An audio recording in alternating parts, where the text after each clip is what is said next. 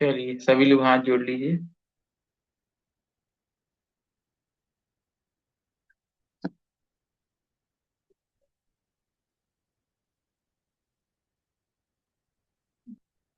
आइए।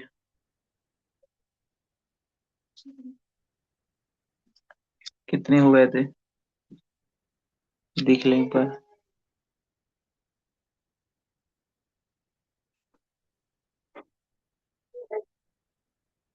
230 हो गए थे शायद।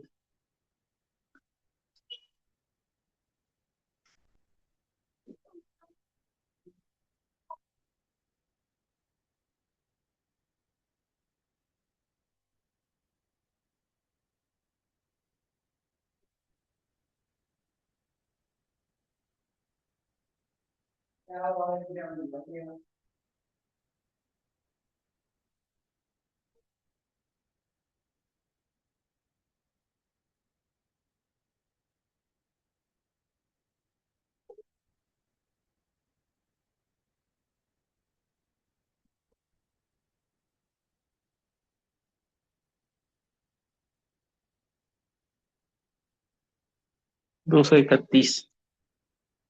चलिए।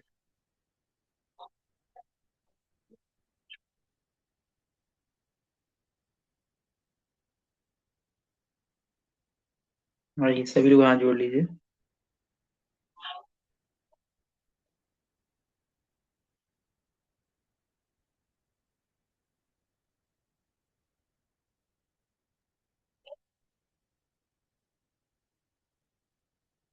णमो अरिहंताणं, णमो सिद्धाणं, णमो आयरियाणं, णमो वज्रायाणं, णमो लोए कवसाहुरम। ये बोलो पंच परमेष्टि भगवान की जय। आइए। 231 पढ़ना था अपन को। तो क्या कह रहे हैं 231 में?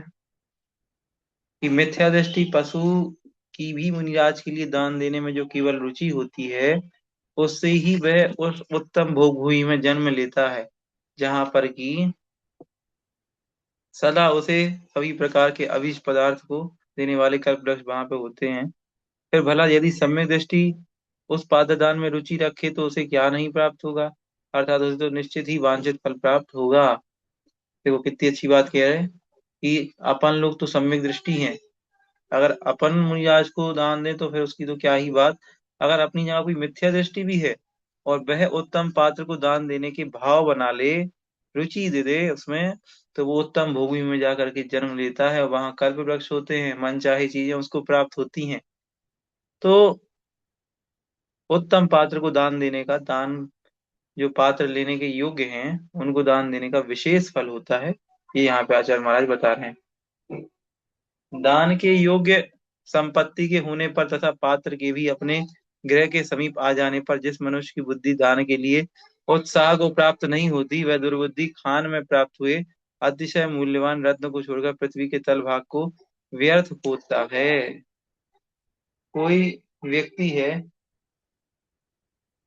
और मुनिराज आ रहे हैं, दान का अवसर सामने दिखाई दे रहा है, फिर भी उस व्यक्ति की बुद्धि दान देने की नहीं हो रही है। तो एक बात का याद रखना, वो व्यक्ति कैसा है? वो इस प्रकार का है कि दुर्बुद्धि ऐसा है कि मान लो सामने कोई खदान खुद रहा है, खदान में सामने रत्न पड़ा हुआ है, फिर भी वह फावड़ा फावड़ा मार करके फावड़ा मार करके रत्नों को खोदे जा रहा है, रत्नों को खोदे जा रहा है, रत्नों को खोदे जा रहा है, जबकि रत्न सामने पड़ा है, फिर भी वो जमीन खोदता जा रहा है फालतू का। तो इस तरीके से दान के लिए व्यक्ति विशेष के बारे में बताया है कि सामने संपत्ति है फिर भी मनुष्य दान देने के लिए तैयार नहीं है, तो वो इस प्रकार के उदाहरण से उस बात को समझना चाहिए। 233। चिरकाल से समुद्र में नष्ट हुए मणि के समान इस भाव में उत्तम मनुष्य पर्याय धन और जनवाणी को पाकर जो दान नहीं करता, वह मूर्ख रत्नों को ग्रहण करके छेद वाली नाव में चढ़कर समुद्र में प्रवेश करता है। सरल बात है कि चिरकाल से समुद्र में नष्ट हुए मणि के समान, हमारा जो मनुष्य भाव है वो बहुत बहुत अनंत काल के बाद हमें कहीं प्राप्त हुआ है। वो मणि के समान है। मान लो कोई मणि 20 समुद्र के बीच में खो गई है और हमें पता नहीं इतने बड़े समुद्र में कहाँ खोई हुई है। ऐसे ही मनुष्य पर्याय है। मनुष्य पर्याय धन का प्राप्त होना और जिनवाणी को पा करके भी अगर हम दान नहीं दे रहे हैं तो समझ लेना कि एक ये ऐसा व्यक्ति है कि छेद वाली नाव को लिए हुए है और चढ़ करके समुन्द्र में जो है ना वो जा करके छेद वाली नाव लेकर के समुन्द्र पार करने के लिए निकल दिया। तो इस तरीके से एक और उदाहरण के माध्यम से बहुत अच्छी बात यहाँ पर आचार्य महाराज ने बताई है। जो पात्रदान इस भाव में यश का कारण तथा परभाव में सुख का कारण है, उसे जो धनवान मनुष्य नहीं करता है, वह मनुष्य मानो किसी दूसरे अतिशय पुण्यशाली मनुष्य के द्वारा धन की रक्षा के लिए सेवक के रूप में ही रखा गया है। देखो एक और बहुत अच्छा उदाहरण यहाँ पे कि अगर कोई व्यक्ति जो है वो क्या कर रहा है, पात्रदान जो सच में इस भाव में और पर भाव में सुख का कारण है। यदि कोई धनवान मनुष्य जिसके पास धन पैसा है, यदि वह मनुष्य दान नहीं दे रहा है तो ये बात समझना आप कि वह उस दान की रक्षा कर रहा है। जो पुण्य है उसकी रक्षा कर, जो धन है उसकी रक्षा करने वाला सेवक है और कुछ नहीं है इससे ज्यादा। क्यों? क्योंकि दिया कर रहा है, खर्च तो कर नहीं रहा, दान तो दे नहीं रहा। वो तो बस कंजूस है, बचा के रखे, तो वो तो सेवक है किसका? उस पैसे का। जैसे एटीएम होता है, बैंक होता है, एटीएम मशीन होती, तो उसके बाहर जैसे कि पैसा तो उसके पास बहुत सारा रहता है, लेकिन वो उस पैसे का कुछ उपयोग नहीं कर पाता। तो यही बात यहाँ पे आचार्य महाराज बता रहे हैं कि सेवक की तरह है वो तो धन के, और कुछ नहीं है। कंजूस व्यक्ति अगर दान नहीं दे रहा तो। 235। लोक में जो धन जनालय के निर्माण कराने में, जिनदेव आचार्य और पंडित अर्थात उपाध्याय की पूजा में, संयमी जनों को दान करने में, अतिशय दुखी प्राणियों की दयापूर्वक दान करने में तथा अपने उपभोग में भी काम आता है, उसे ही निश्चय से अपना धन समझना चाहिए। धन तो वही सही है जो इस काम में उपयोग हो, मंदिर बनाने में, प्रतिमा को विराजमान करने में, आचार्य उपाध्याय साधु परमेष्ठ की पूजा करने में, संयमी जनों को दान देने में, दुखी प्राणियों की दया पूर्वक दान देने में तथा अपने उपभोग में भी जो काम आता है, निश्चय से उसे ही धन समझना, धन समझना। इसके विपरीत जो धन है ना, जो कहीं खर्च नहीं हो पा रहा है, वो ऐसा समझना कि वो आपका पैसा है ही नहीं, वो तो किसी और का पैसा है और आप बस उसकी सेवा कर रहे हो बैठ के। क्यों? क्योंकि जिस पैसे का आप उपयोग ही नहीं कर पा रहे उसको आप अपना पैसा कह कैसे सकते हो? बचा के रखे हो, बचा के रखे हो, बचा के रखे हो।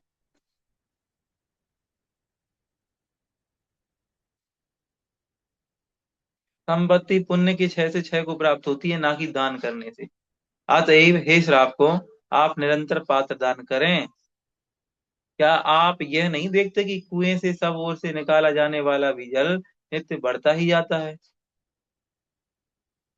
संपत्ति जो है अगर पुण्य घट जाएगा तो 6 को प्राप्त हो जाएगी, पुण्य बढ़ेगा तो संपत्ति बढ़ जाएगी। ये नहीं सोचो कि दान करने से संपत्ति कम हो जाती है। इसलिए हे साहब को निरंतर पात्र दान करो। कुआ कितना ही किसी को जल देता है, लेकिन कुआ का जल कभी घटता नहीं है। निरंतर चारों दिशाओं से उसका जल बढ़ता ही आता है, बढ़ता ही आता है, खूब आता है उसके पास। कितने ही लोग उसमें पानी निकालते रहे। ऐसे ही व्यवस्था यहाँ पे दान और पुण्य और धर्म, इन सब चीजों की माननी चाहिए कि धर्म में कोई व्यक्ति यदि दान दे रहा है तो उसका पैसा कभी घटेगा नहीं, बल्कि बढ़ता ही जाएगा, बढ़ता ही जाएगा। बहुत अच्छी एक एक गाथा, बहुत अच्छी एक एक श्लोक, बहुत अच्छा है।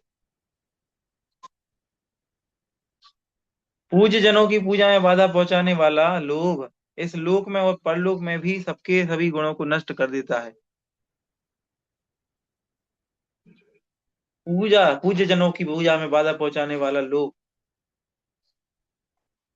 वह लोभ यदि गैर संबंधी किन्हीं विवाह अधिकारियों में किया है तो लोग केवल एक जन्म में ही उसके दोष मात्र को प्रसिद्ध करते हैं। देखो यहाँ पे कोई कह रहा है, यदि कोई व्यक्ति लोभ कर रहा है, काय के लिए लोभ कर रहा है? मंदिर बनना है लेकिन पैसा उसके पास रखा हुआ है फिर भी नहीं दे रहा उसको बनाने में। ठीक है, भगवान के विशेष कोई कार्य होने हैं, पैसा रखा है, फिर भी लोभ के कारण उसको निकाल नहीं पा रहा कि मैं इतना पैसा नहीं दे पाऊंगा, मेरा पैसा खत्म हो जाएगा। तो ध्यान रखना, उसका जो लोभ है वो इस भाव में तो उसको दुखी करेगा ही, साथ में परभाव में भी उसको दुखी करेगा। जैसे किसी के घर में शादी हो और शादी कोई कंजूसी से कर दे खत्म, मान लो आज की शादी में 10-15 लाख रुपए खर्च होते हैं मिनिमम, और उसके पास है भी उतना पैसा, कोई कमी नहीं है, लेकिन वो सोच रहा है कि मैं इतना पैसा क्यों खर्च कर दूं, मैं 2-3 लाख रुपए में निपटा दूं ये शादी, छोटी सी धर्मशाला में 4 लोगों को बैठा करके खाना करा के निपटा दूं।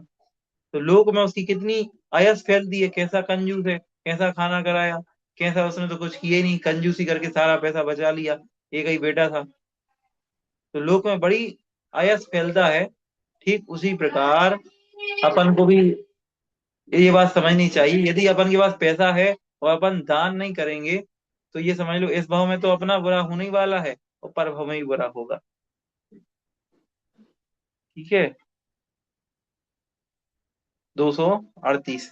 मृत्यु को प्राप्त होने पर संघ के समान जिस पुरुष का नाम संसार में अतिशय प्रचलित नहीं होता, वह मनुष्य जन्म लेकर भी अजन्मा के समान है। अर्थात उसका मनुष्य जन्म लेना ही व्यर्थ है, कारण कि वह लक्ष्मी को प्राप्त करके भी दरिद्र जैसा रहता है, तथा दोषों से रहित होकर भी यशस्वी नहीं हो पाता है।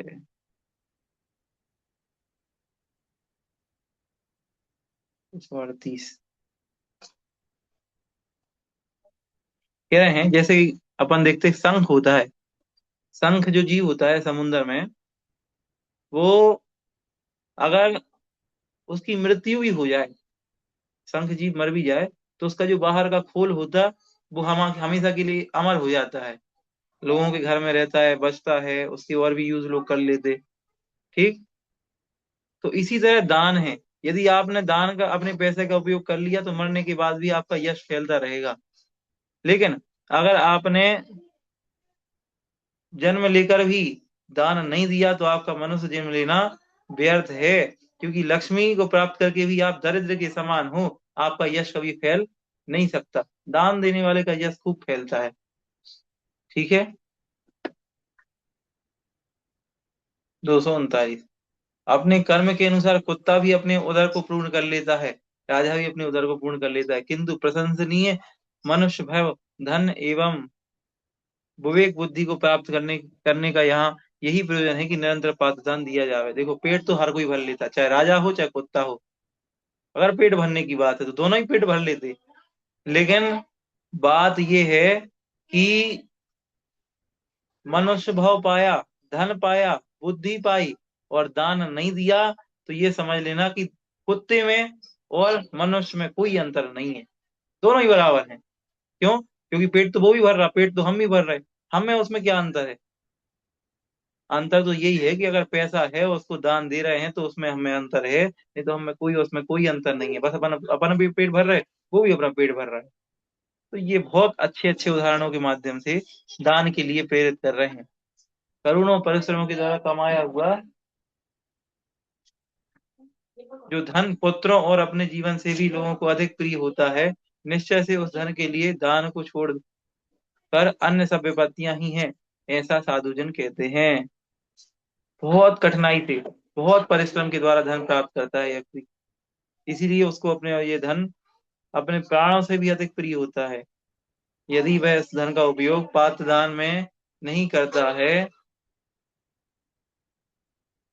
यदि वह उसे उसका धन का उपयोग पात्र दान आदि में करता है, तब तो वह उससे उन्हें फिर से भी प्राप्त हो सकता है, किंतु इसके विपरीत यदि उसका दुरुपयोग दुर्व्यसन आदि में किया जाता है, अथवा दान और भोग से रहित केवल उसके स्वयं संचय ही किया जाता है, तो यह मनुष्य को विपत्तिजनक ही होता है। इसका कारण यह है कि सुख का कारण जो पुण्य है उसका संचय उन्होंने पात्र दान आदि रूप सत्कार्यों के द्वारा कभी किया ही नहीं।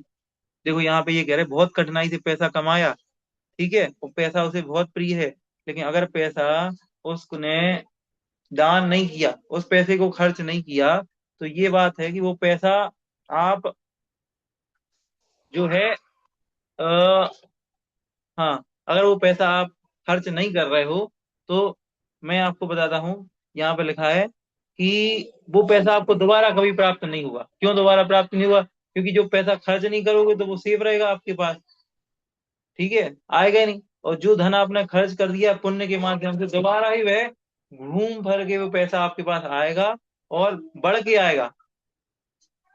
धन की तीन गतियां होती हैं, दानम भोगो नाथा, या तो दान दो, या पैसा खर्च करके उसे भोग लो। अगर आपने दान नहीं दिया, आपने उसको खर्च नहीं किया, तो तीसरी गति क्या है? नाश। वो नाश होना तय है, या तो खर्च कर लो या दान दे दो, नहीं तो फिर रखा रह जाएगा, बेटे को दे जाओगे, नाश हो जाएगा। इस तरीके से दान की गतियां हैं। 241, तुम्हारा धन अपने स्थान से एक कदम भी नहीं जाता, इसी प्रकार तुम्हारे बंधुजन संसार तक तुम्हारे साथ जाकर वहां से वापस आ जाते हैं। लंबे मार्ग में प्रवास करते हुए तुम्हारे लिए पुण्य ही मित्र होगा, इसलिए हे भव्य जीव, तुम उसी पुण्य का उपार्जन करो। देखो, जो हमारा मित्र है वो हमारे साथ सदा रहना चाहिए। अगर जो बीच में हमें छोड़ के चला जाए, वो काहे का मित्र है। हम तो इतना कहते, जब मर जाओ और शमशान जाने लगे तुम्हें उठा के ले जाए अर्थी पे, तो थोड़ा जो पैसा तुमने तिजोरी में जोड़ के रखा है, वो पैसा भी थोड़ा सा आगे चल के जाए ना, बाहर तक तो छोड़ने जाए। हमारे सेठ जी ने हमारी जीवन भर रक्षा की, तो पसीना कमाया है, सब मतलब पसीने से इस धन को कमाया है, लेकिन ये धन तिजोरी में ही रखा रह जाता है, एक कदम भी आगे नहीं बढ़ता तुम्हारे साथ जब तुम मर जाते हो। बंधु जन भी बाहर तक छोड़ने के लिए चले जाते, और जो मित्र हैं, जो परिवार के लोग हैं, वो कहाँ तक जाते हैं, शमशान तक जाते हैं। जल्दी की जल्दी आधे घंटे के अंदर जलाया, 1 घंटे के अंदर राख किया और वापस लौट आते। यही व्यवस्था है। और अपन ने इतनी मेहनत से ये पैसा कमाया, जिंदगी अपनी बर्बाद कर दी इस पैसे को कमाने के लिए। ठीक है। तो एकमात्र चीज जो तुम्हारे साथ घर में भी थी, जब तुम मर के शमशान जा रहे थे तब भी तुम्हारे साथ थी, और शमशान में तुम जब उड़ करके दूसरी पर्याय में जन्म लेकर के चले गए तब भी तुम्हारे साथ थी, उसका नाम है पुण्य। अब कोई ज्ञानी व्यक्ति ये नहीं कहना कि शमशान के समय तो जीव चला ही जाता, पहले ही शरीर अकेला रहता है। ये सिर्फ उदाहरण दे रहे हैं, हमें भी पता है कि जीव उस समय नहीं रहता। कहने का तात्पर्य इतना है कि तुम्हारे साथ ये पुण्य सदैव रहेगा, मित्र बन के। समझ आया। 242, सौभाग्य, सूरवीरता, सुंदरता, सुख, विवेक, बुद्धि आदि विद्या, शरीर, धन और महल, उत्तम कुल में जन्म लेना, यह सब निश्चय से पात्रदान के द्वारा ही प्राप्त होता है। फिर हे भक्तजन, तुम इस पात्रदान के विषय में अंदर प्रयत्न क्यों नहीं करते। ऊपर की ये सारी चीजें जो हैं, वो केवल और केवल धर्म से, पात्रदान से ही प्राप्त होती हैं। इसलिए हे भव्य जीव, तुम पात्रदान में अपनी बुद्धि लगाओ। प्रथमता, यहाँ से धन कुछ निक्षेप भूमि में रखना, भवन का निर्माण और पुत्र का विवाह करना। तत्पश्चात यदि अधिक धन हुआ तो धर्म के निमित्त दान करूंगा। इस प्रकार विचार करता हुआ ही यह मूर्ख गृहस्थ मरण को प्राप्त हो जाता है। देखो क्या कह रहे हैं यहाँ पे, कि सबसे पहले क्या करते, अगर अपने पास थोड़ा सा ही पैसा आ जाए, तो अपन लोग प्रयास ये करते कि जैसे पहले बैंक लॉकर होते थे ना, तो लॉकर में पैसा जमा करने के लिए जाते थे। आज के समय में बैंक में जमा करने जाते हैं, पहले के समय में भूमि में गाड़ देते थे, दीवालों में चिनवा देते थे पैसा। जिसके पास होता था घड़ों में रख देते थे, घड़ों में घड़े में पैसा भर के सोना चांदी रख करके गाड़ देते थे। बैंक तो होते नहीं थे और किसी का भरोसा नहीं था। पहला तो ये करते।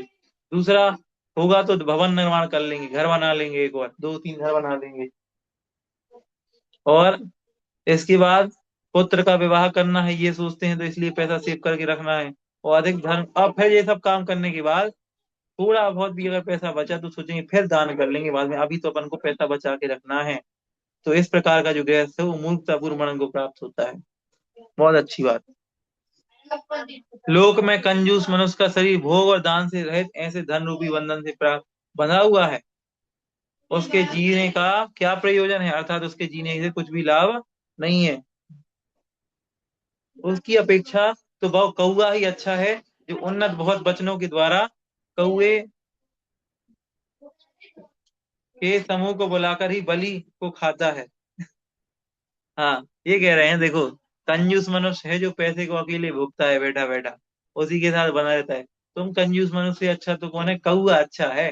कौआ जब कुछ खाने के लिए बैठता है तो चारों तरफ कहाँ है कहाँ है कहाँ है कहाँ है करके अपने सारे दोस्तों को बुला लेता है, तुम भी आ जाओ, तुम भी आ जाओ, तुम भी खाओ। लेकिन कंजूस मनुष्य उस धन के ऊपर अकेले ही बैठा रहता, वो कभी उसमें से 5 पैसा किसी को नहीं देता। तो अपन को ऐसा नहीं करना है, अपन को दान करना है। ठीक है। चलो, दानी पुरुषों के हाथों द्वारा परंपरा से प्राप्त हुए आने जाने के विपुल खेत को भार से मानो अत्यंत व्याकुल होकर ही वह धन कंजूस मनुष्य के घर को पाकर अनंत सुख से परिपूर्ण होता हुआ निरंतर निर्वाध स्वरूप से सोता है। देखो और अच्छी बात यहाँ क्या कह रहे हैं अब यहाँ कह रहे हैं बहुत अच्छी, देखो तारीखा कह रहे हैं कि देखो पैसा जो है, वो जो पैसा है वो क्या सोचता है, अगर मैं धनवान मनुष्य के पास जाऊं, और धनवान मनुष्य के पास जाऊंगा तो क्या होगा, मतलब जो कर्मठ व्यक्ति है, दानी व्यक्ति है, उसके पास जाऊंगा तो बार बार मुझे घर से बाहर जाना पड़ेगा, दूसरे के घर जाना पड़ेगा। उसका पुण्य रहेगा तो फिर मुझे घर पे आना पड़ेगा, मुझे बहुत भागना पड़ेगा। मैं तो कंजूस व्यक्ति के पास बहुत बढ़िया सुखी रहता हूँ, एक बार उसकी तिजोरी में पहुंच गया तो बढ़िया सोता रहता हूँ। मुझे फिर वो ना बाहर निकालता है, ना टच करता है, ना परेशान करता है। मैं शांति से उसके लॉकर में रहता हूँ। तो धन भी बहुत खुशी होता है कंजूस व्यक्ति के पास जा करके, क्योंकि मैं वहां बहुत सुकून से रहूंगा। और जो दानी पुरुष है उसके पास फिर जाना पड़ेगा, फिर वो मुझे दान कर देगा, फिर उसका पुण्य बढ़ेगा, फिर मुझे आना पड़ेगा। तो धन भी बहुत अच्छे तरीके से ये सोचते हैं। इस तरीके से आज बहुत अच्छी कारिकाएं अपन ने पढ़ी दान के बारे में। ये सब कारिकाएं उदाहरण आपको जीवन में याद रखनी है, कॉपी में याद नहीं रखनी, पेपर के लिए याद नहीं रखने, आप सबको जीवन में याद रखने हैं। ताकि कहीं ना कहीं जब मन दिगविगाए और दान देने की भावना बने तो इन बातों को थोड़ा सा याद कर लेना। आचार्य पद्मनंदी महाराज ने हमें बहुत अच्छा उपदेश दिया है दान करने का। बोधि समाधि परिणाम शुद्धि स्वात्मोपलब्धि शिव सौख्य सिद्धि चिंतामणि चिंतित वस्तु दानी स्वाबंदे मानस ममाचि 9 बार ब्रह्मोत्तर।